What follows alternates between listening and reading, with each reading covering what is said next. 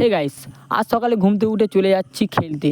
দেখতে পাচ্ছ ক্যাপ্টেন আমাকে গাড়ি করে নিয়ে যাচ্ছে আর সব ছেলেরা আগে থেকে চলে এসছে, এসে টিফিন করছে।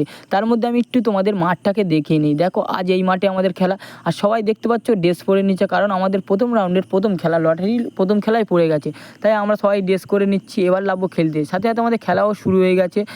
আর দেখো আমি কিন্তু গোল খেলি, দেখতে পাচ্ছ আমি গোল খেলছি।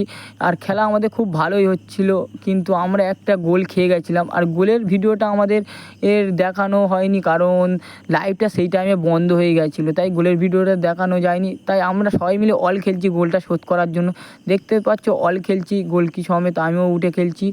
আর এখানে কিন্তু খেলাটা খুব ভালো হয়েছিল, শুধু একটা আন্ডারস্ট্যান্ডিংয়ের জন্য আমরা গোল খেয়ে গেছি আর গোলও শোধ করতে পারিনি। কারণ যেহেতু গোল শোধ করতে এই জন্যই পারিনি, কারণ আমাদের একটি প্লেয়ারের পায়ে লেগে গেছিলো, আর এক্সট্রা কোনো প্লেয়ার নিয়ে যায়নি।